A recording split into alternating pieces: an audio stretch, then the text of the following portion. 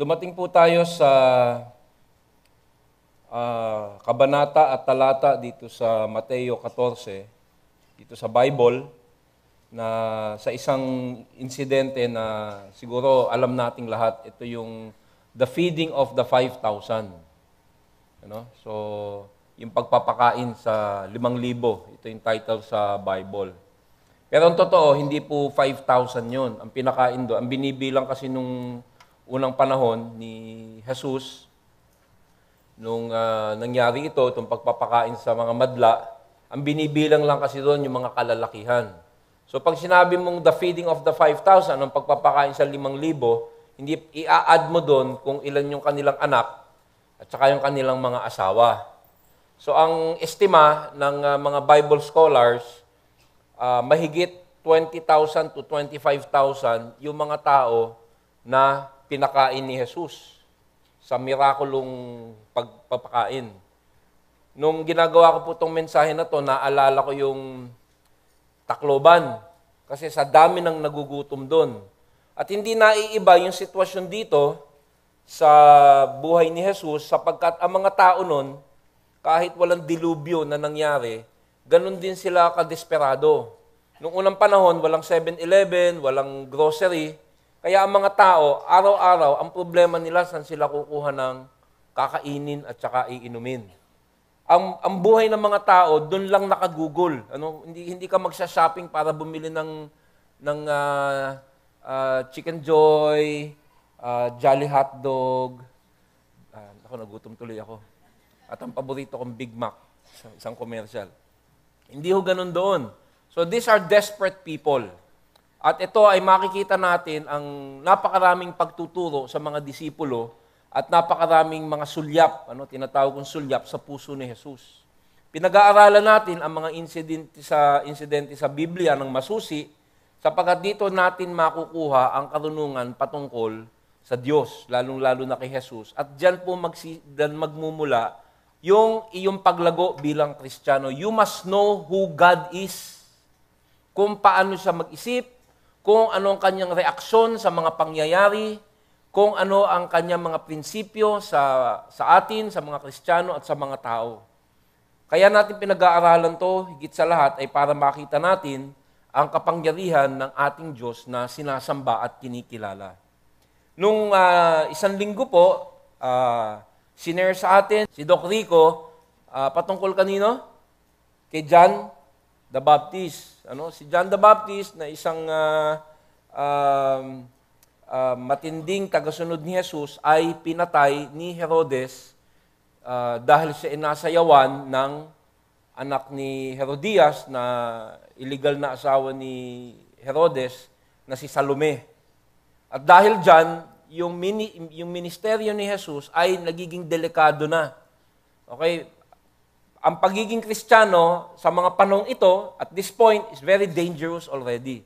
At dito nakikita kung sino yung mga tunay na mga disipulo at sino yung mga tinatawag na superficial lamang. At lagi natin tinuturo that God will test the sincerity and the dedication of believers. At ito yung susunod na kabanata kung saan na-murder na si John the Baptist at narinig ni Jesus ang pagpatay kay John the Baptist. At dyan po tayo ngayon na andito sa Kabanata 14, talata 13 hanggang 21. Basahin natin. Nang marinig ni Jesus ang pagkamatay ni Juan, sumakay siya sa isang bangka at pumunta sa isang lugar na walang tao. Ngunit nang mabalitaan naman iyon ng mga tao, sila'y naglakad, papalabas at kani-kaniyang bayan at sinundan si Jesus. Pagdating ni Jesus sa dalampasigan, nakita niya ang napakaraming taong iyon. Nahabag siya sa kanila, kaya pinagaling niya ang mga may sakit na dala nila. Nang dapit hapon, lumapit sa kanya ang mga alagad. Sinabi nila, malapit na pong lumubog ang araw, at ilang ang lugar na ito. Papuntahin na po ninyo sa mga kalapit na nayon ang mga tao upang makabili ng kanilang makakain. Hindi na sila kailangang umalis. Kayo ang magpakain sa kanila, sabi ni Jesus. Sumagot sila, wala po tayong pagkain, kundi 5 tinapay lamang at 2 isda. Dalhin ninyo rito, sabi niya. Pinaupo niya sa damuhan ang mga tao. Kinuha ang 5 tinapay at 2 isda. Tumingala siya sa langit at nagpasalamat sa Diyos. Pinaghati-hati niya ang mga tinapay at iniutos sa mga alagad na ipamahagi ito sa mga tao. Nakakain at nabusog ang lahat. Nang ipunin ng mga alagad ang natirang pagkain, nakapuno pa sila ng 12 kaing na tinapay. May 5,000 lalaki ang nakakain, bukod pa sa mga babae at mga bata. Manalangin po tayo. Panginoon, humihingi po kami ng tulong mula sa inyo upang maging maliwanag ang pagpapaliwanag ng hindi marunong magpaliwanag at makaunawa kami pong lahat na mahirap makaunawa. Ngunit ang sabi mo, Panginoon, kung aming pagtutuunan ng pansin ang inyong mga katuruan, ang banal na Espiritu Santo ang bahala. Ibig sabihin, bibigyan po kami ng pangunawa at kahit na ang kagustuhang makasunod, ay ikaw rin ang nagbibigay sa amin ng lakas. Kaya ngayon, Panginoon, lahat kami ay lumalapit sa inyo. Bukas ang dibdib. Maitim, kulang-kulang, ngunit uhaw at gutom para inyong ituwid at turuan. Ang aming buhay, Panginoon, alam namin ay hindi laging kalugod-lugod sa inyo at kami nakikinig upang kami po ay maging kaaya-aya sa iyong paningin sa nalalabi pa naming buhay. Sana nga po'y baguhin mo kami kung kinakailangan, disiplinahin. Wag lang masyadong masakit, Lord. Ngunit alam namin, Panginoon, na kailangan namin ng inyong pagtuturo. Kaya turuan mo kami ngayon sa pangalan ni Jesus. Amen. Tulad po ng akin laging ginagawa, dinadala ko kayo doon sa pinangyarihan ng mga kaganapan dito sa Bible na ating tinuturo. Ito po yung picture kung saan nangyari yung pagpapakain sa 5,000 mga tao, hindi pa kasama ang babae at lalaki. Ano ba yung ipinakain doon? 5 tinapay at 2 isda. Unang tanong, ano bang klaseng isda? Tilapia. Talaga napaka-biblical ng Tagalog congregation. Ayan, ang tilapia na katutubo doon sa Sea of Galilee. Naghanap po muli ako ng mga kaanak nung pinakain noon. Ayan, pakita mo. Yan, ang kaanak. Hindi na po tinapay, French fries na ngayon ang sineserve doon. Next. Yan, si Joy Joy, ang anak ko. Nagalit siya sa akin kaninang maga kasi dito ako nagpaalam na ipapakita ko yung picture. Wala siya dito. Ayan, si Joy Joy. Yan, mahilig. Kaya ngayong hapon, on the way here, tumawag yung anak kong babae, si Jenja naman. Ngayon lang tumawag. Sabi, Mami, magluluto kami ng tilapia. Sabi niya, pakaliskisan mo dun sa, anyway. So, ayan, ang sarap ng tilapia na pinakain sa kanila ni Jesus. Ngayon, ito naman, makikita nyo dyan, kung nababasa nyo, this is the church of the Heptapegon. Sapagkat 28 years after death, yung lugar na kung saan ang sabi ay inilatag ni Jesus yung 5 pirasong tinapay at 2 pirasong tilapia, kung saan niya ito ibinles. So sabi dyan, yung pong bato mismo na sinabi ipinaglagakan ni Jesus nung basket na iyon ng 2 isda at 5 tinapay, ay kanilang nahanap at tinayuan ng simbahan. Tatandaan nyo na yung mga historical biblical place, tinatayuan nila ng simbahan sa ibabaw. So makipapakita ko sa inyo yung bato na kung saan, ang sabi ng mga taga-Israel, 28 years after the incident, tinayuan nila ng simbahan. Kaya ito mismo yung bato na kung saan binless ni Jesus itong mga pagkain na ito. Nakalagay dyan, 28 to 350 after death. Ganun, yun po yung simbahan na nandun. Yung unang-unang simbahan. The Judeo-Christian of Capernaum venerated a large rock, isa daw malaking bato, upon which Jesus is said to have laid the bread and the fish before he fed the 5,000. So ito po yung bato. Yan. So nakikita niyo po yung lamesa, sa ilalim niyan may bato. At yan yung bato na pinagpatungan ni Jesus nung tinapay bago niya i-bless. Ilalapit po natin. Ito po yung mga kamag-anak nung nabigyan ng tinapay. Hanggang ngayon, nag-aabang pa po sila ng second feeding. Pero sabi ko, umuwi na kayo. Tagal-tagal na yan. Yan. Si Joy, si Jenjen, at saka si JC. Mga anak ko yan.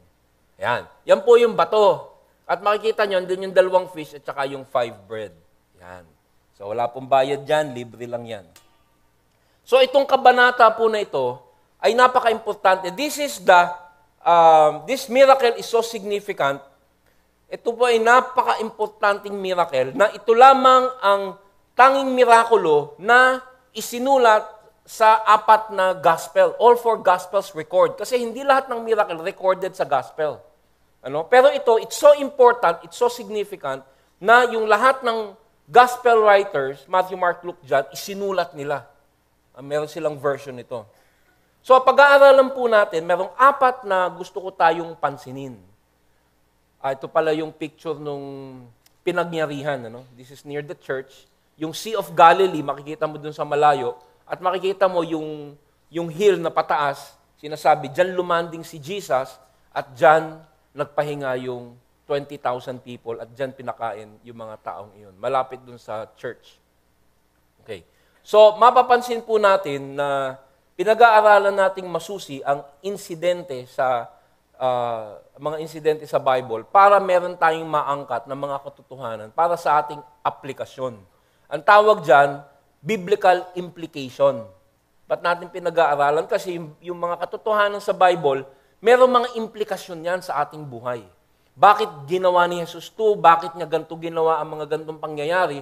Meron siya mga prinsipyong pinapairal.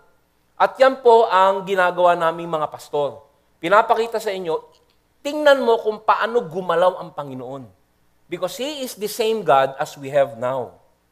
So ang sabi po sa Kabanata 14, talata 13, nang marinig ni Jesus ang pagkamatay ni Juan, sumakay siya sa isang bangka at pumunta sa isang lugar na walang tao. Ngunit nang mabalitaan naman iyon ng mga tao, sila'y naglakad papalabas sa kanilang bayan at sinundan ni Jesus. Nang marinig ni Jesus ang pagkamatay ni Juan, umalis siya. Bakit? Kasi malamang hinahunting na rin siya ni Herod. Kasi ang iniisip ni Herod, nung gumagawa na ng mga miracles si Jesus, iniisip ni Herod, kung pag-aaralan mo yung history, na si John the Baptist na kanyang ipinapatay, bumangon mula sa mga patay sa katauhan ni Jesus. Ito yung iniisip ni Herod.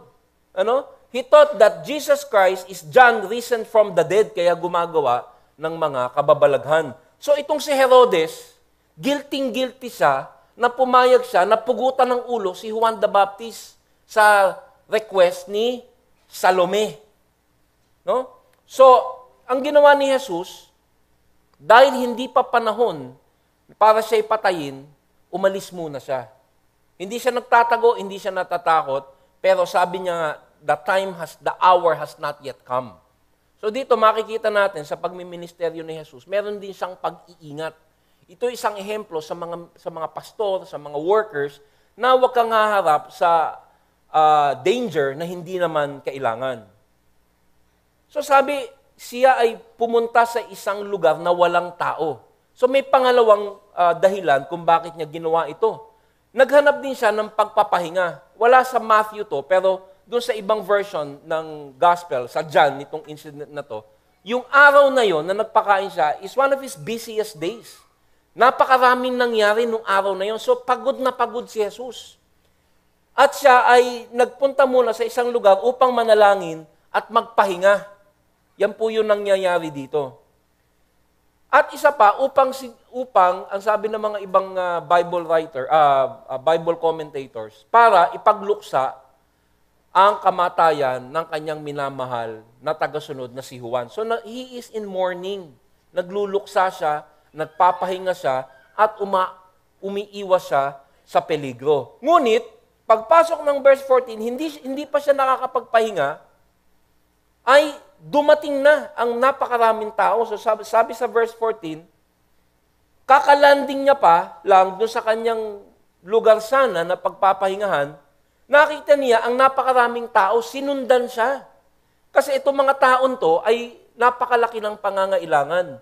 nabasa ko sa balita, meron daw isang piloto ng Philippine Air Force na meron siyang mga kargang pagkain pero wala siyang order mula sa kanyang mga opisyal. So kahit wala siyang utos mula sa kanyang commander, inilipad niya yung aeroplano ay yung kanyang helicopter at lumanding siya sa isang lugar, kumbaga talagang wala pang pumupuntang tulong. At sabi niya, ilang segundo pa lang, eto na yung mga tao, tumatakbo, dudumugin siya. Ang dala niya lang, 10 sako ng relief goods. Kaya binaba niya, may mga picture, at umalis agad siya. Parang ganito yung nangyayari kay Jesus. Ano? Yung mga tao nun, desperado, may sakit, mga pilay, may mga ketong, gutom na gutom, at siya ay laging sinusundan dahil ang dami niya ng ginawang kababalaghan na pagtulong sa mga tao. Kaya nung ginagawa ko po itong mensahe na to, pag nakikita ko yung, kasi ginawa ko to 2 weeks, tuwing makikita ko yung sa Tacloban, naaalala ko, sabi ko siguro parang ganito ang kalalagayan. At si Jesus hindi nag-atubili. Magpapahinga sana siya, magluluksa muna sana siya, pero nung nakita niya yung mga tao, anong sabi? Sa verse 14, nahabag siya. Kaya pinagaling niya. So immediately, hindi na siya nagpahinga. Pinapila na niya, medical mission agad. Bakit natin pinag-aaralan to? Bakit kaya inilagay sa Bible to? Yan ang lagi mong tatanong, bakit nasa Bible yung talatang yun? Kaya nga, pag ikaw'y naging pastor o ikaw'y naging Bible teacher, huwag mong lalaktawan yung bawat talata sa Bible. Inilagay yan dyan para meron tayong makuhang katuruan. Unang-una, makikita natin dyan ang sulyap sa puso ng Diyos. This is the heart of God. Tandaan mo, pinag-uusapan natin Diyos, ang lumalang ng lahat. Nakakita ka na ba ng picture ng sanlibutan? Yung mga picture ng araw? Na kailangan mag-travel ka ng yung tinatawag nila 1 billion light years. Meron daw bituin, 1 billion light years. Alam mo ba yung sabihin ng 1 billion light years? Sabihin, magta-travel ka ng 1 billion years sa bilis ng light, ilaw, para makarating dun sa planetang yun. Sinong lumalang yan? Ang Diyos, si Jesus. At ngayon, nakikita natin, yung lumalang nun, ito yung puso niya. Pag nakakita siya ng mga tao na naghihirap, nahahabag siya. Hindi ba napaka-importanting katotohanan yan? That is very important that we see that. Ang Panginoon, makikita natin dito sa Kabanata 13 at 14, na marami siyang mga mirakulo na ginagawa. Kalimitan, ang paggalaw niya sa paggawa ng mirakulo ay sa kadahilanan na gusto niya magturo ng katotohanan. The miracles were done to prove na He is from God. Ginagawa niya yung mga matitinding mirakulo bilang isang patunay na yung sasabihin niya ay nanggaling sa Diyos. Pagbuhay ng mga patay, pagpapagaling sa mga may sakit. Ang pangunahin niyang rason, kadalasan, ay upang mapatunayan na yung sasabihin ko ay mula sa kapangyarihan ng Diyos sapagkat Diyos lamang ang nakakagawa niyan. Kuminsan, ginagawa niya ang mga mirakulo na iyan upang pabulaanan ang kanyang mga kalaban. Pero itong pagkakataon na to, ang gagawin ni Jesus ay para sa kanyang awa sa mga tao. This is pure compassion. Ngayon, lagi ko iniisip, ano bang maituturo ko sa aking mga kasama sa CCF Tagalog? Napaka-importante na hindi mo lang nakikilala ang Diyos na isang makapangyarihang Diyos. Importante din na matutuhan mo na ang Diyos na makapangyarihan na isang maawaing Diyos. Importante yan lalo sa mga Kristiyano, lalo sa ating mga Kristiyano. Alam mo kasi minsan, ang problema ng mga lumalagong Kristiyano, sila ay nagsisisi, pero minsan nagiging masyado ka matindi sa sarili mo. You're too hard on yourself. Pag hindi ka na nakakasunod, parang sinasabi mo, hindi ako karapat-dapat. At maya-maya, gumagalaw na yung kalaban. Sapagkat sabi nga ni C.H. Spurgeon, ang number 1 na sandata ni Satanas para pahinain ang Kristiyano ay ang panglulumo, discouragement. At dapat mo malaman na si Jesus ay hindi malupit na Diyos. Na pag sinabi, EJ, pag nagkamali ka na kahit ng isang beses, kikidlatan kita. You have to know that Jesus Christ is a compassionate God. At dito sa insidente ng papapakain ng 5,000, ipinapakita na si Jesus ay talagang napaka-maawain. Sabi, nakita niya ang napakaraming tao at nahabag siya sa kanila. Yung word na nahabag, sa Ingles ay compassion. He was moved with compassion. Alam nyo, ang ginagawa ko sa aking mensahe sa inyo, binabasa ko yan sa Greek. Meron kasi akong computer na babasa mo yung each word sa Bible. Bawat word, each word, itatranslate niya sa Greek. Bakit? Kasi may mga makukuha kang katotohanan na hindi mo mahango sa Tagalog at saka sa English. That's why minsan, sinasabi ko sa inyo, yung kahulugan niyang salita na yan sa Greek ay ganito, malalim. So yung sinabing nahabag, sa Greek, splanknizomai, compassion. Ito yung mabigat na emosyon. Nung nakita niya, talagang physically, naging emotional siya. Nung nakita niya, kawawa naman sila. Yung word na compassion o habag, in Greek is splanknizomai. Yung splank na, ang ibig sabihin nun, sa Greek, bituka. Bakit ganun? Bituka. Ano ibig sabihin nun? Nung una kasing panahon, ang sentro ng emosyong matindi doon sa mga tao ay hindi sa dibdib. Di ba tayo sinasabi, ang sakit ng dibdib ko, ang sakit ng ginawa mo, binasted mo ako, ang sakit. Yan o, yung misis ko, huwag niyong pagsasabi ha. Binasted ako niya one time. Sakit hanggang ngayon, para akong tinadyakan ng kabayo. So, ngayon, pag sinabi naman natin, I love you with all of my heart. Yan. Sa kanila, hindi. Hindi heart. Bituka. Splank na. Pag sinabi mong mabigat na emosyon, hindi sa puso, sa bituka. So, I love you with all my bituka. Sa English, I love you with all my bowel. So, yung splanknizomai, Jesus was moved with splanknizomai. Ibig sabihin, sa sobrang emosyon niya, sa sobrang awa niya, yung tiyan niya nanginig. Alam mo yun, minsan pag kinakabahan ka ba, yung mga taong laging tense, ano nangyayari sa bituka? Nagkakaroon ng ulcer. Sobrang acid. Why? Ba't natin hinihima ito? Ang sinasabi dito, that's how Jesus feels. Itong nararamdaman ng Panginoon sa mga taong nangangailangan. Now, ang tatandaan nyo, yung 5,000 o 20,000 na yun, halo yun ha.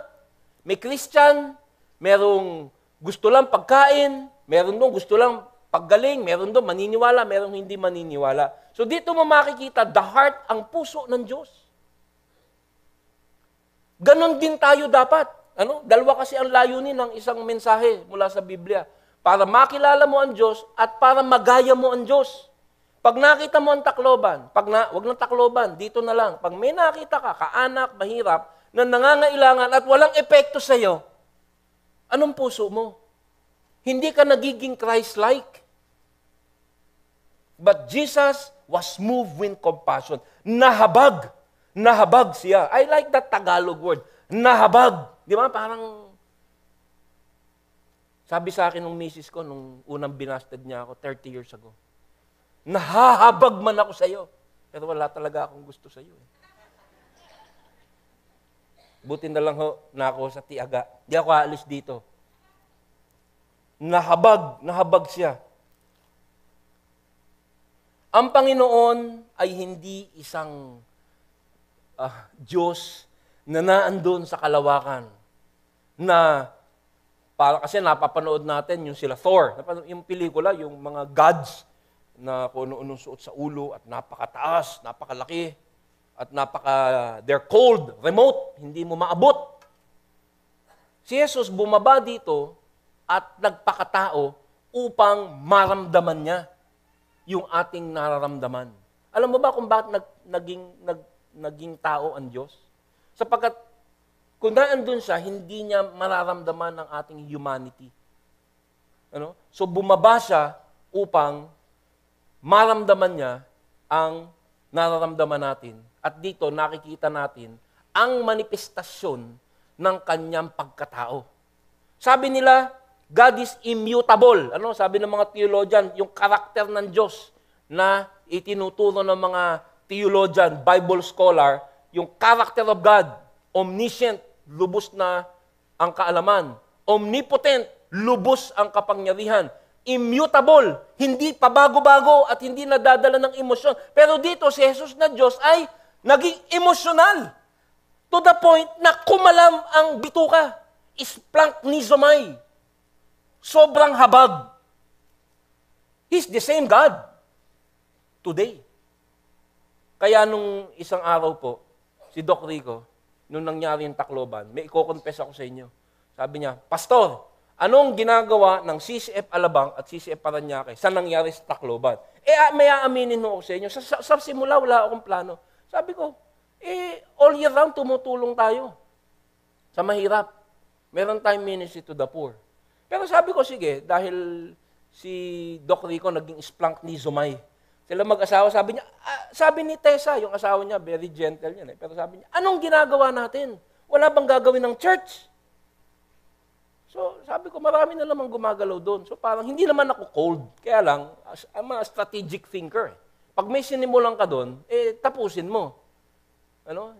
Anyway, nung gabing yun, na-realize ko na napakalawak pala nung nangyayari doon. At sabi ko, nag-email sa akin yung church ni John MacArthur, yung si Kevin, yung kanyang head of mission. Sabi niya, we want to help, sabi ni John MacArthur. Pero we want to help. Gusto namin tumulong na sana hindi lang tayo tutulong physically, pati spiritually. So I was praying, Lord, ano ba talaga kailangan? Immediately, kailangan magpadala ng gamot. Kaya this Wednesday po, yung kaibigan kong colonel sa military, meron siyang boss ngayon sa private life na merong eroplano. Magpapadala kami ng eroplano, ng mga isang buong eroplano sa amin lang, doktor at saka gamot. So we're doing that, we're helping. Pero nagpadala po kami ng pastor ni Doc Rico. Sabi ko, pumunta kayo doon, magpa-plant tayo ng church. Nakakonektado dito sa ating church, sa Alabang at sa Parañaque. Bakit? Sapagkat ang pangangailangan doon ay hindi 1 month, 3 month, 4 month, 6 month. Long term. So we plant a church, we feed, we put medicine, but at the same time, we preach the Word of God. Tama-tama kasi nung hinahanda ko to, ang Panginoon ay nagpakain man, ngunit na-move siya, pero ang talagang naka-apekto sa kanya, hindi yung physical lamang, kundi yung kanilang spiritual na pangangailangan. Nakuha niyo po? And as Christians, tama sila, Doc, we must move. Hindi mo masosolve yung buong problema. Pero gawin mo yung magagawa mo kung anong hawak mo. And if you're not doing that, may problema. Because Jesus Christ, kung saan ang kanyang banal na Espiritu Santo ay nasa atin na bilang Kristiyano, ay ang ating ehemplo. Ang Diyos na lumalang ng lahat ay naging emosyonal na parang isang kataga na hindi mo masasabi sa isang Diyos, ngunit napakaliwanag dito na ito'y kanyang nararamdaman. Ito'y maliwanag sa ilang mga insidente sa Biblia noong si Jesus ay tinanggihan na ng Israel, partikular ng bayan ng Jerusalem. Tinanggihan nila siya bilang Diyos. Matapos niyang ipakita ang kanyang mirakulo at ang kanyang mga katuroan, tumalikod sila at ito ang kanyang sinabi na nagpapakita ng kanyang matinding pagdaramdam. O Jerusalem, Jerusalem, pinapatay mo ang mga propeta at binabato ang mga isinugo ko sa iyo. Ilang beses kong sinikap na kupkupin ang iyong mga anak. I want to take care of your children. Gusto kong proteksyonan ka. Gusto kong sagipin ang iyong buong pamilya. Gaya ng pag-aaruga ng isang inahin sa kanyang mga sisiw. Nakakita na po ba kayo ng inahin kung paano niya proteksyonan yung mga sisiw? Ang manok, ano yan? Gentle animal yan. Pero pag nilapitan mo yung sisiw, ano yan? Nagiging ibang klaseng protector. Sabi niya, gusto ko kayong proteksyonan. Ngunit ayaw mo. Nung sinasabi ni Jesus to, halos maiyak siya. Ganyan ang tingin sa iyo ni Jesus. Kaya pag nananalangin ka at inaakusahan ka ni Satanas na hindi ka karapat-dapat, sasabihin mo, hindi ako karapat-dapat, totoo yan, pero mahal ako ni Christ. Mahal ako ni Jesus. You remember that. Tatandaan mo na si Satanas gusto ka i-discourage, pero tatandaan mo that Jesus weeps, umiiyak siya para sa mga tao, at lalo na para sa mga taong tumanggap na sa Kanya, at yun ay tayo. Sabi niya sa Lucas 19, nang malapit na siya at nakita ang Jerusalem, ito'y kanyang iniyakan. God weeps.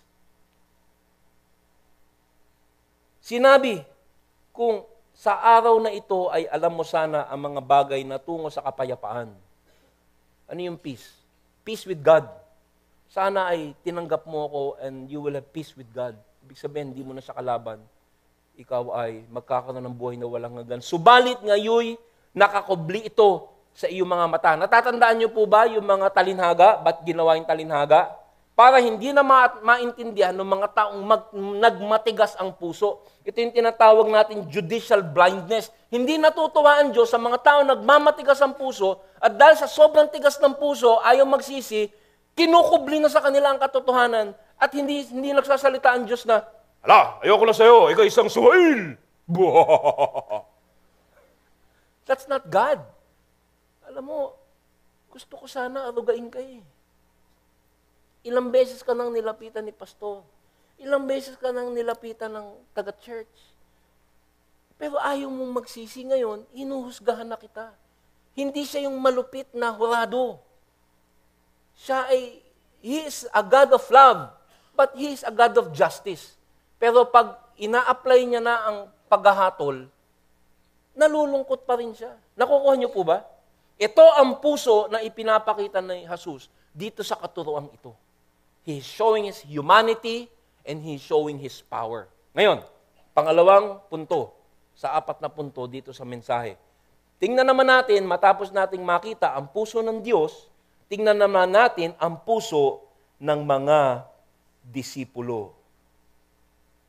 Nang dapit hapon, lumapit sa Kanya ang mga alagad. So maghapon, nagpapagaling si Jesus, nagkakaroon siya ng ministeryo sa mga tao, at nung bandang hapon na, nag-aalala na ang mga disipulo sapagkat naiisip nila, kailangan pakainin to. At makikita mo dito ang puso ng mga disipulo at huwag kang magtuturo ng daliri, isuksok mo at ibay na yung daliring yan sapagkat makikita mo rin, karamihan sa atin, ganito rin ang puso. Malapit na pong lumubog, sabi ng mga alagad. Ang araw at ilang ang lugar na ito. Papuntahin na po ninyo sa mga kalapit na nayon. In other words, paalisin nyo na. Paalisin nyo na ang mga tao upang makabili ng kanilang pagkain. Sa English, this is a deserted place and the hour is already late. Send them away. Yan ang sabi sa English. Paalisin mo sila, Lord. Ano yan? Pati pagkain yan, hihingin sa atin. These are the disciples. So yung puso ni Jesus, nakita nyo, at ngayon pinapakita ang puso ng mga disipulo. Meron pa ako isang gustong sabihin sa inyo. The primary reason, ang pinakadahilan ni Jesus kung bakit niya isinagawa ang mirakulong ito, ano sa tingin mo kung bakit? Bakit niya ginawa? Lahat ng ginagawa ng Diyos may dahilan. Isipin mo, para pakainin. Mali. Hindi misyon ni Jesus na magpakain. Sapagkat pagkatapos nito, the next day, bumalik yung mga tao, hindi niya na pinakain uli. Kasi ang sinasabi nila, ang sabi niya, pumupunta lang kayo para hingin yung pagkain. Pag yun ang ginawa nyo, mabubulog kayo sa katotohanan na mas kailangan ninyo ang spiritual na tinapay. So hindi yun ang number 1 na reason. Ang number 1 na reason kung ba't ginawa ni Jesus ang mirakulong ito ay para palakasin ang pananampalataya ng mga disipulo. Natatandaan niyo po ba yung aking sinabi 2 weeks ago? Ang pangunahing reason ng mga miracle ay para palakasin ang pananampalataya ng mga naniniwala na sa Kanya. Tatandaan niyo? The number 1 reason why Jesus did miracle ay para palakasin ka. Kalimitan ng galaw ng Panginoon sa mundo ay para sa benepisyo ng mga naniniwala sa Kanya. Yung mga hindi naniniwala sa Kanya, matigas ang puso, tinatakpan niya na ang tenga. At hindi kailanman niya ginawa na yung matitigas ang puso, sinabi ko na rin to noon, gagawa ako ng mirakulo kasi ang tigas ng puso mo. No. Ginagawa niya ang kanyang mga galaw na ganito para ikaw at ako at ang mga disipulo ay tumindi at lumakas ang faith. Ang faith. Sapagkat alam niya na mahila ang pananampalataya natin. Kaya ang ginawa ni Jesus, binigyan sila ng insidente na magpapakita sa kanila ng kanilang katauhan, ng kanilang attitude, at magtutuwid sa kanila. Mapapansin niyo po, kung pag-aaralan niyong mabuti ang mga insidente dito, Tulad ng sinabi ko sa inyo, pag pinag-aaralan po naming mga guro ninyo ang Biblia, hindi lang namin pinag-aaralan yung bawat talata. We go back to the historical context. Yung konteksto niya, sa kabuuan, para malalim ang ating pangunawa. Makikita mo kasi na mula chapter 13, yung ministeryo ng Panginoon, paalis sa madla, papunta sa konti. Pinifilter niya na. Kaya nga chapter 13, nagsimula siya ng talinhaga. Bakit? Pag ayaw mo makinig, hindi na kita papaliwanagan. Talinhaga sapagkat ibibigay ko lang yan sa mga nakikita ko na bukas ang puso at natatandaan nyo, ang talinhaga kailangan ng paliwanag. At pag nakita niya na ang puso mo matigas, hindi niya ipapaliwanag sa iyo. So there is a narrowing of target disciples. At dito, ang lahat ng galaw ni Jesus ay nakatutok para sa mga tao na bukas ang puso sa Kanya. So this miracle is not for the 5,000. Diyan pa kayo? It's not for the 5,000. Karamihan ng 5,000 na yon, plus men, plus women and children, in a few months, sila rin sasabihin, ipako sa krus. Crucify Him. In fact, pagkatapos nito, makikita mo sa John 6, verse 7, the 5,000, dahil napakain, gusto siyang gawing hari by force. At sabi niya, ayoko. At nagsimula silang magalit sa kanya. No, itong mirakulong ito, itong galaw ni Jesus. At tandaan mo, si Jesus, gumagalaw pa rin sa buhay mo ngayon. May mga ginagawa siya kasi sinasabi niya, itong incident nito, aking aayusin para makita ni EJ, para makita ni Peter, para makita ni Paul, at dahil dyan, makikita niya ang kanyang puso, makikita niya aking kapangyarihan at lalakas ang kanyang pananampalataya. This is all designed for Christians. Makikita mo na yung huling taon, and this is part of the last year of his life, ang kanyang atensyon ay nakatutok na lamang sa 12. This is the doctrine of the remnant. Ang maniniwala sa ebanghelyo na ating pinag-uusapan dito will always be a few. Tatandaan nyo yung talinhaga ng binhi. Anong sabi natin? Sa 4 na nakarinig, ilan na naniwala? 1:4, 25%. Why? Ayaw ng mga tao makinig sa mensahe ni Jesus sapagkat ito ay humihingi ng pagsisisi sa kasalanan. Ngunit ang mga tao gusto ang Diyos na kapartner ang kanilang kasalanan. So Jesus Christ is focusing on the 12. Inihahanda na, panimula dito sa matinding mirakulong ito, ni Jesus, inihahanda niya na ang mga tao na magiging pundasyon ng simbahan. Nakukuha niyo po ba? Tinetrain niya ang mga apostol sapagkat ang mga apostol, nakatuntong tayo sa balikat ng mga apostol, tayong mga nasa simbahan ngayon. We are standing on the teaching of the apostles. At inihahanda ang mga apostol at itong mirakulong ito ay isa sa pinakamatinding pagsasanay. So nakita nila na ang kanilang puso ay malamig, hindi katulad ng mainit na puso ng Panginoong Hesus para sa mga nangangailangan. Kaya ang pangatlo po nating punto, verse 16, ay ang pagsubok. Sinubukan sila ni Jesus. Nakita nila, Lord, paalisin mo na yan. Kasi kulang nga eh. Kulang ang ulam natin. 2 latang ligo lang at saka 5 testi. Paano naman magkakasya? Kita mo naman yung mga yan. Mukhang masisiba yung mga yan. Siguro ganun yung puso nila. No way! Verse 16, the test, ang pagsubok.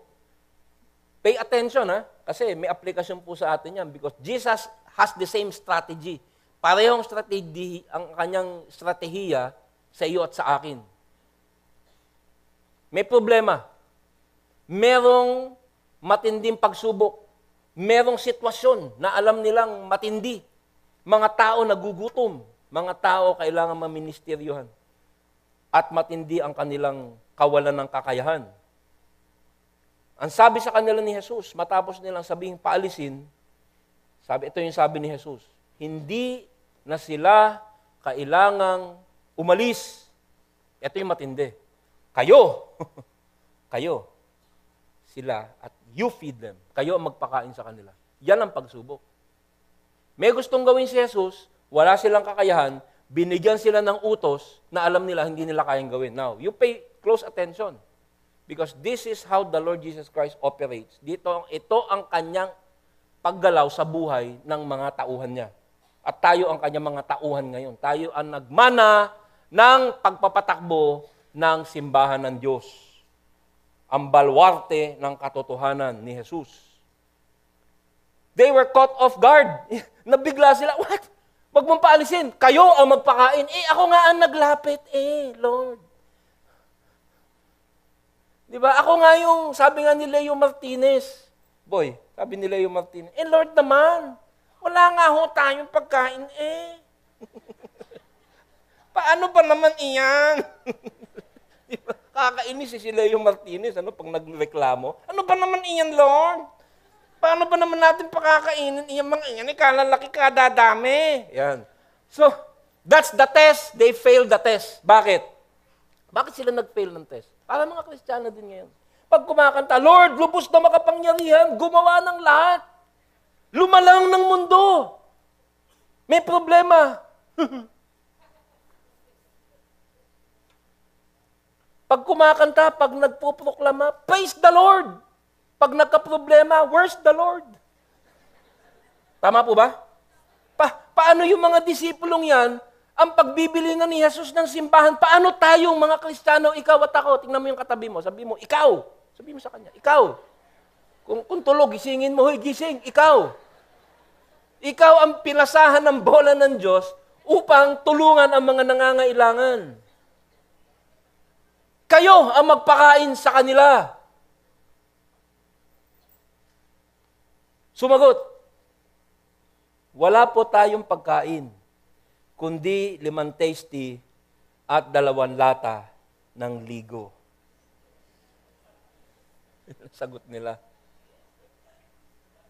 So, nung tiningnan ko po yung devastation sa Tacloban at meron na mga nagsabi, Pastor EJ, ano bang gagawin natin? Pati yung mga taga-Amerika, Pastor EJ, what you gonna do? Amerikano eh. Hindi to, alam nyo, medyo nagulo ko kasi parang, ba't ako tinatanong nyo? Pastor lang ako. Ako'y taga-sermon laang, hindi ako taga-pid. Pero sabi ko, nag-pray ako. Natatanda ako, nakaupo ako sa silya, nakataas pa yung paa ko eh. Naka-D4 ako. Sabi ko, Lord, alam niyo, Lord, napakalaki po niyan. Iniyahan lang ako. You just start, magpadala ka ng tao doon, and then, establish a church, and hindi mo alam ang gagawin ni Lord. So, yun po yung pumasok sa aking isip. Maya-maya, ito na. Alam nung iniisip ko yun, nung nag-email yung, ng pangalawang beses, yung taga-Grace. You know, Grace is a huge church, ha? Sabi nila, we wanna open a bank account. Tapos, ito na, biglang tumawag yung kaibigan ko. Kasi sabi ko dun sa tao ko, magpadala ka ng gamot. Wala na. Lahat ng transportation close. Yung mga movers namin. Ito yung tumawag ng kaibigan ko. Si Colonel Mike, kaibigan namin yan. Kasama namin ni Brother Peter sa Shepherd's Conference kala John MacArthur 2 years ago. Sabi niya, EJ, kung kailangan mo ng transportation, ire-reserve ko sa iyo buong aeroplano, handa mo yung team mo sa Wednesday. Kaya lang, wala kaming gas eh. So, naganap po ako ng gas. So, yun yung pumapasok sa isip ko. You just go. Huwag mo sabihin, this is all you have. Kaya ang mission po natin ngayon doon, ay Pastor Ruel and Pastor Richard na tinuturuan namin dito tuwing Tuesday ng Pulpit Ministry. They work for us. And sabi ko, basta pumunta kayo ron. Hanapin nyo yung nawawala natin pastor doon. Tapos maghanap ka ng lote, rentahan natin, magpapadala tayo ng tulong. You plant a church and you stay there until we come. Why? People need to be fed. Hindi natin alam saan pupunta yon, but medicine, food, and the gospel. It's the same with you. Huwag mo sabihin, Lord, paalisin mo na yan. Hindi ko kaya yan. Hindi ako pastor, hindi ako Bible teacher. May dinalaan dyan sa kapaligiran mo na pag tiningnan mo, you should look with compassion. Tatay mo ba yan? Na nangangailangan na iba. Kalimitan niya, mga nakakainis pa eh. Yung mga nakapaligid sa'yo, ba't kung may ministeryahan yan? Pasawa yan. Alam mo pupunta sa impyerno yan pag hindi mo kinausap? Do you know na ikaw lang may hawak ng tinapay ng buhay? Sa lahat ng kilala niya, maaaring ikaw lang ang may hawak ng tinapay na makakasagip sa kanya and tinitingnan mo may pagkainis, paalisin mo, Lord. You better pray. Magdasal ka, Lord, imbis na inis, awa ang aking tingin sa aking biyenan. Sabi nga ni Pepe Pimentel. Hindi niyo alam yun, si Pepe Pimentel, inis na inis sa biyenan niya yun. O naiinis ka sa kapitbahay mo, Yung kapitbahay namin, kanina, may nakasampay na kansusilyo. Sabi ko, pero pag hindi mo winitnessan yun, he's going to hell. This is the eyes of God, and this is the heart of the disciples, and this is our heart. Nandiyan pa po ba kayo? Application na to. Application na to. Sumagot sila, wala po tayong pagkain. 5 testi lamang at 2 ligo.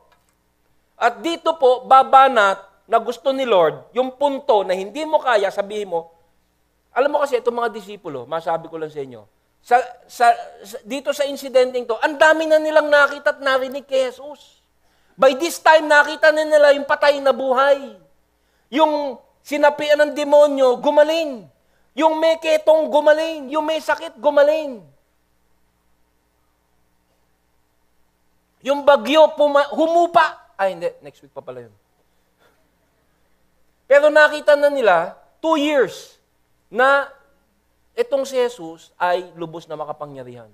At dito pumapasok sa iyo at sa akin, at inaasahan sana ni Jesus sa kanila, ang mga sinasabi sa Hebreo 11:1-3. Ang pananampalataya ay pagtitiwala na mangyayari ang ating mga inaasahan at katiyakan tungkol sa mga bagay na hindi nakikita. Kinalugdan ng Diyos ang mga tao noong una dahil sa kanilang pananampalataya sa Kanya. Dahil sa pananampalataya, nauunawaan natin na ang sanlibutan ay nilalang sa pamamagitan ng salita ng Diyos. At ang mga bagay na nakikita ay mula sa mga hindi nakikita. Pag nanampalataya ka, Lord, wala tayong tinapay, wala tayong papakain, pero what's the problem? You are God. Ikaw yung lumalang ng mundo. Ano ba yung lumalang ka ng tasty, biskotso, pandikoko? May mga paborito natin tinapay. Egg pie. Wala yan sa'yo. Yan ang inaasahan nila. Hindi ko nakikita yan, but you can do it. Sapagkat mas mahirap maniwala at ikay nanampalataya, mas matindi ang iyong pagbibigay pugay sa Diyos na iyong sinasamba. Nakita mo? Pag mahirap ang sitwasyon, talagang iniiyakan mo na, ngunit sinabi mo, sa gitna na yung pagluha, but God is a mighty God. Ang sagot nila kay Jesus, dapat, Lord, wala tayong tinapay, but you are God. Hindi namin ang alam yung gagawin, ngunit kaya mong gawin. Ngunit hindi ganun. Kaya sabi ni Lord sa verse 18, at ito rin ang sinasabi niya sa iyo, sa gitna na yung pagsubok na mangyayari, maniwala ka sa akin, yung 5 tasty at 2 ligo, dalhin ninyo sa akin. You bring to God. Lord, ito lang ang kaya ko. Meron pa ako isang application dito. May mga Christian na sinasabi mo kay Lord, Lord, ang hirap mamuhay Kristiyano. Habang lumalago ka bilang Kristiyano, pag nagkasala ka, nagkamali ka, yung pighati mo tumitindi. Nararamdaman yan? The more you mature as a believer, the more you want to please God. At sabi ko nga, babanatan ka ni Satanas na panghihinain niya ang iyong loob. Kaya, minsan sasabihin mo, Lord, kulang ang aking pananampalataya. Yung ipinapagawa mo sa aking karakter at pagkakristyano, hindi ko magawa sapagkat ako'y mahina. Ito lang ang pananampalataya ko. Ganon din ang sasabihin niya sa'yo. Dalhin mo sa akin ang maliit mong pananampalataya. Alam mo kung paano yan? Aplikasyon ko dyan. Every morning, I pray. Kasi pag nag-pray po ako sa morning, nire-review ko yung araw ko the day before. Lord, nakita mo ba ako kahapon, 1 p.m. kahapon? Yung reaksyon ko, alam ko, hindi ka lugod-lugod sa'yo. Hindi ka pa ba nagsasawa sa akin? Minsan nga sinasabi ko, Lord, iuwi mo na ako. Kasi ang tanda-tanda ko ng Kristiyano, minsan kulang na kulang pa rin ang aking pananampalataya. Ito, napag-aralan ko, hindi, tama yung ginagawa mo. Bring it to the Lord. Sabi mo, Lord, turuan mo ako na maging katulad mo. Maawain, matuwid, nagsisisi. Minsan sasabihin ko pa, Lord, kahapon nagkasala ko, yung dati kong kasalanan, naliay ako. Napatingin ako, natempt ako. Sabihin natin. Example lang po, hindi totoo yun. Ha? Kunyari lang, baka sabihin nyo. Kunyari, ganun na nangyari. Sabihin, galin mo sa akin yung buhay mo at tuturuan kitang maging matuwid. Sapagkat yung tinatawag na banal na pagkayamot, kaya ako nayayamot na hindi ako sapat, yun mismo ay isang provision ni Lord para gusto kong matuwid. Nakuha niyo po ba? So sabi ni Lord, dalhin mo yung sarili mo sa akin, EJ, in prayer, at ikaw ay aking gaganapin. bibigyan kita ng provision sapagkat ako ang Diyos na lumikha ng lahat. Ito yung dapat sinabi ng mga disipulo. Ikaw ang lumikha ng lahat. Saan ba natin nakuha yan? Yan ay nasa Genesis 1:1. Nang pasimula ay nilikha ng Diyos ang langit at lupa. Ito yung pananampalataya na gusto sanang marinig ni Jesus. When the beginning, God created the heavens and the earth. Pag meron kang gustong pagsunod at pananampalatayang gustong ipamalas, ngunit nanghihina ka, sabihin mo, bakit ba ako nanghihina? God is my God who created the heavens and the earth. At pag tinignan mo sa Grego, yung salitang lumikha, created, makikita mo napaka-interesting. Sapagkat ang Greek word for nilikha and created is the Greek word bara. Ano ba yung bara? It is creating from nothing. Creation ex nihilo. Ex nihilo, sabi ng mga theologian. Ang mga mirakulo ni Jesus ay tinatawag na miracle ex nihilo. Yung matang bulag na walang bilog na mata ay nagkakaroon. Yung putol na kamay ay nagkakaroon ng kamay, tumutubo. That is the God na nakita ng mga disipulo. Tumutubo yung kamay. Nagkakaroon ng mata yung doon sa butas, sa ulo na walang mata.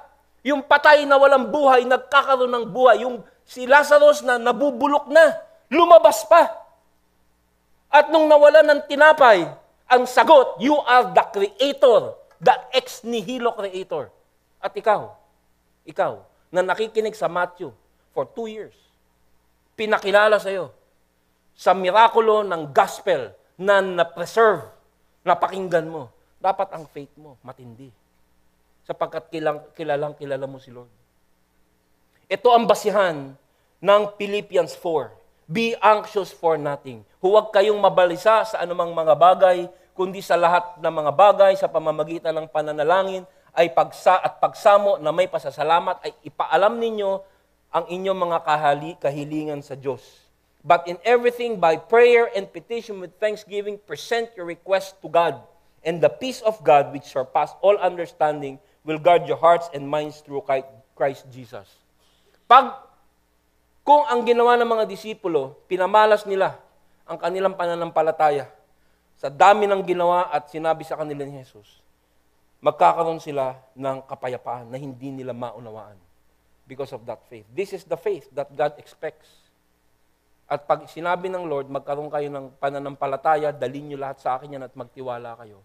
Kalakip ng kautusang maniwala ay kakayahang maniwala. Narinig niyo po ba yun? Pag sinabi ni Lord, huwag ka mag-alala. Kalakip ng utos na huwag mong alalahanin ang iyong anak. Huwag mong alalahanin ang iyong kabuhayan. Maniwala ka sa akin. Ideklara mo sa panalangin, Lord, wala man akong pera, wala akong pambayad sa gamot, but you are my God. Hirap na hirap man ako, but I pray to you. Kalakip ng kautusang maniwala ay ang kakayahang maniwala. At yung ganyang klaseng pag-uugali, karakter ng Kristiyano, ang magsasabi sa kapitbahay mo, may iba dito kay Alin Taling. Ikaw yun. Iba to. Pag may problema, naluluha, pero merong matinding kaligayahan at pag-asa at walang kaabalahan. Ngunit bumaksak ang mga disipulo. Pinakita sa kanila ni Jesus ang pagsubok na ito. Hindi upang malaman ni Jesus. Yung pagsubok, hindi para masubukan ni Jesus, kundi para masubukan ng mga disipulo yung kanilang sarili. Sapagkat bago pa man subukin ni Jesus ang mga disipulo, alam na niya ang reaksyon. Ang pagsubok ay ibinibigay sa atin ni Jesus, ng Diyos sa ating buhay ngayon, hindi upang malaman niya ang ating reaksyon, kundi para malaman mo ang lakas o hina ng iyong pananampalataya. At ngayong alam na nila na sila'y mahina, ginawa ni Jesus ang himala. Last point. Pinaupo niya sa damuhan ng mga tao, kinuha ang 5 tinapay at ang 2 isda. Tumingala sa langit. Nagpasalamat sa Diyos. Pinaghati-hati niya ang mga tinapay at iniutos sa mga alagad na ipamahagi iyon sa mga tao. Nung gumalaw si Jesus, walang announcement, walang malakas na anunsyo, walang paputok, walang advertisement, walang, ito na, mangyayari na, tan-tatang, ta-ta-ta-ta-ta-tang, ta-tang-ta-tang, ta-ta-ta-tang. Walang ganon. Sabi niya, siguro napapailing siya, grabe kayo. Grabe yung faith. Paalisin yung mga tao. Hindi nyo nakita na halos pinalis ko ang sakit sa Palestina? Dalhin nyo dito. Thank you, Lord, for this food. Oh, i-distribute nyo na.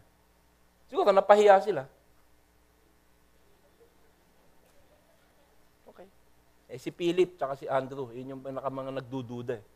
Pagbigay nila ng tinapay, 1. Pagtingin nila, 2 uli. 2? 2 pa rin. 5 pa rin yung isda, yung tinapay. So yung himala, nangyari, hindi siya, dumami, isang bulto. Isang C-130. Tandaan niyo po ito, ha? Yung himala at galaw ni Jesus, nangyayari sa gitna ng kanilang pagsunod. Hello? Ganon din siya. Sa gitna ng pagsunod mo, God will move. Kung sinabi nila, Lord, siguro magkalma ka muna, ha? Balik mo yan. Hindi, sabi, sige Lord, gagawin namin. Sinabi mo eh. Wow. So the miracle happened in the middle of obedience.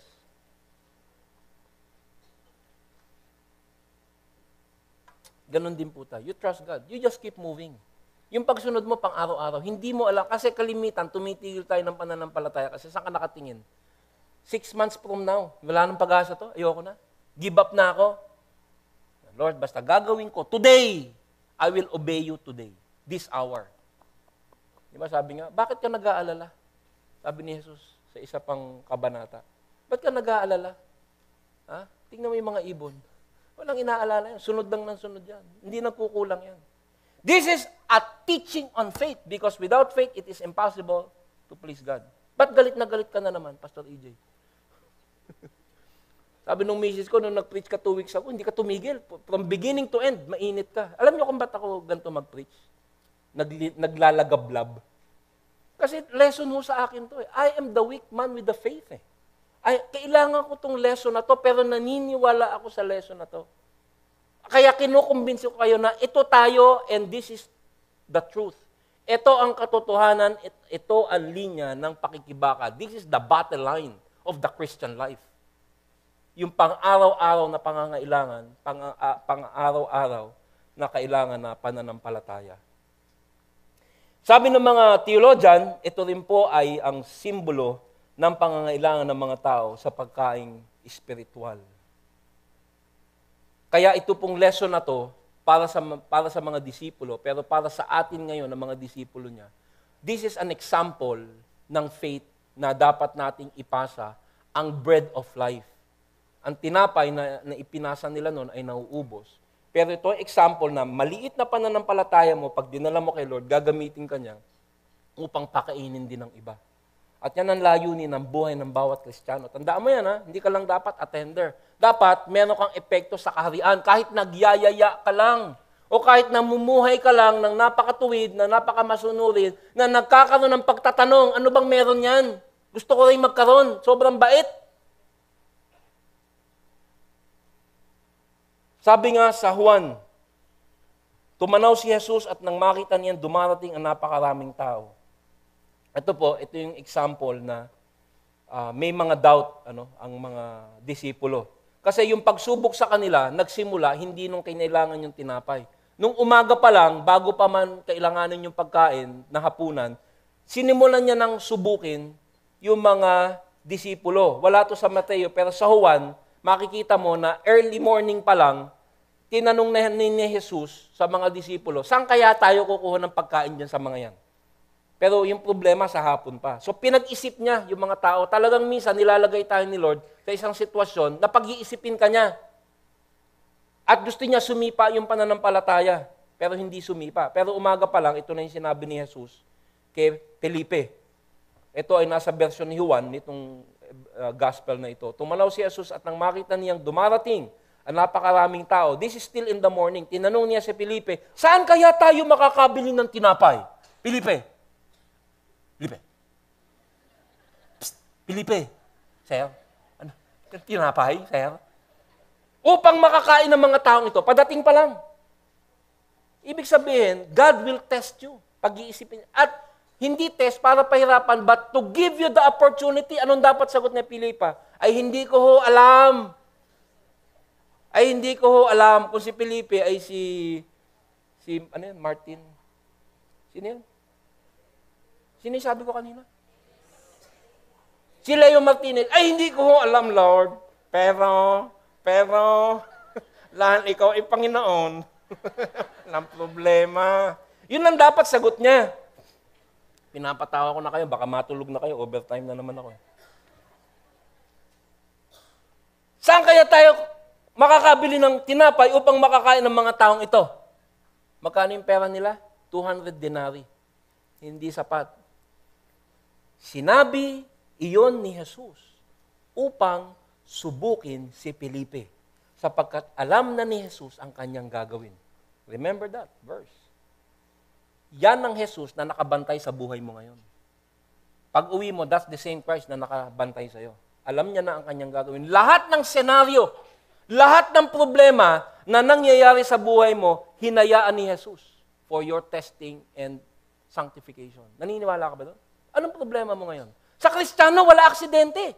Ginawa niya bilang pagsubok para tama ang reaksyon mo. Lord, I trust you. I believe, help my unbelief. Yan ang iyak ng tunay na Kristiyano. Naniniwala ako, tulungan mo ang kahinaan ng aking pananampalataya because when you're weak, you're what? You're strong. But yung faith is, that's why we study the Bible. Logos. Yung pakiramdam mo ay iba sa alam mo. That's why we teach the Bible. Sapagkat kalamitan ng religion ngayon, puro emosyon, kaya sinasabi, praise the Lord. Tululuha, laglag-uhog sa carpet. Pagdating ng pagsubok, where's the Lord? Hindi. Tayo, maaaring hindi tayo emosyon, pero alam mo, hindi yan nararamdaman ko, but according to the Bible, the Word of God, He loves me, meron siyang splanknizomai sa akin, at lahat ng nangyayari, merong intention. Alam ko, mahirap yan. That's why you pray. You pray the Bible. Ginawa yan ni Jesus upang subukin siya. Ba't tayo sinusubok? Hindi para sa pahirapan, kundi para palakasin. Kasi alam mo, after this miracle, the disciples were very strong. They failed, nag-fail, ano? Pero tuwing may gagawin sila nung nawala na si Jesus, 1 year later, the Lord is dead. Kaya hinihahanda niya. Jesus Christ knew that in less than 1 year, iko-crucify na siya at kailangan ihanda, matinding pagsubok. Sabi ko sa inyo, si Pastor EJ, 14 years sa US Air Force. Most of that time, puro exercise. Pag umatake mga Russians, anong gagawin natin? Pag dumating ang bomba, anong gagawin natin? Pag nagkaroon ng dilubyo, lahat na. Yung nangyayari sa Tacloban, nakita namin, there are 8 warships. May nakasulat yun. Pag mayroong isang bansa, nakaibigan ng Amerika, nagkaroon ng dilubyo, what do? We execute plan 1 BC, Charlie, whatever. Nakasulat na yan at pinapractice nila yan. That is a Christian. This is an exercise. This is a war exercise. Yung buhay mo, yung mga problema mo, for a Christian is an exercise. At pag tama ang reaction mo, you'll emerge strong. And God will use you. Nandiyan pa po kayo?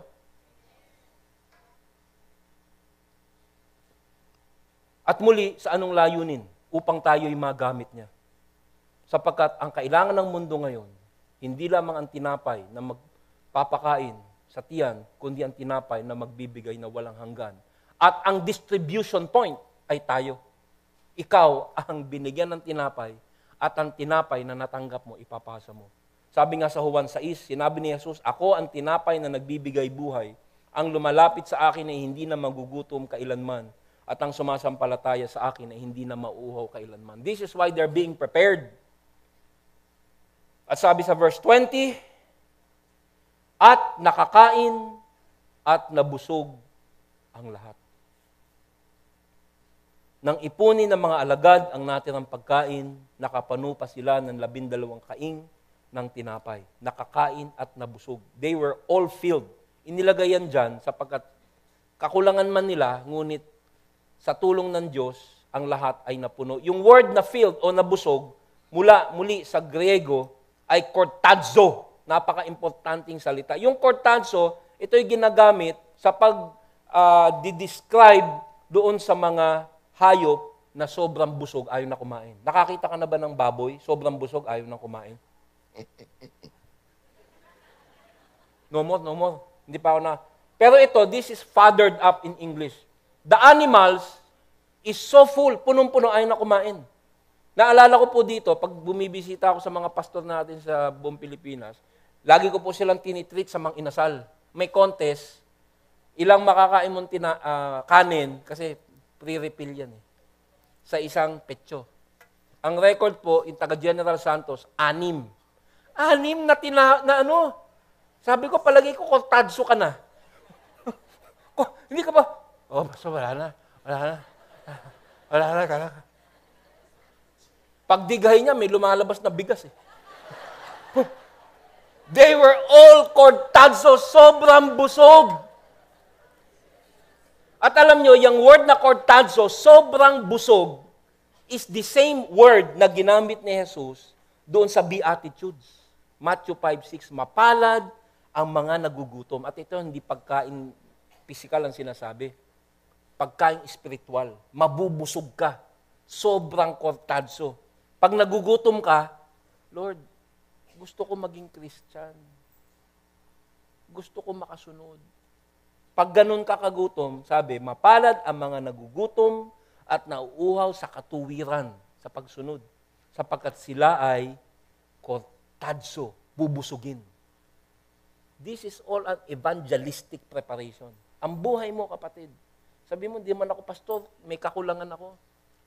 You obey God every day, maya-maya ginagamit ka na. Maya-maya ginagamit ka na. At yan ang layunin kung ba't nandito pa tayo sa mundo.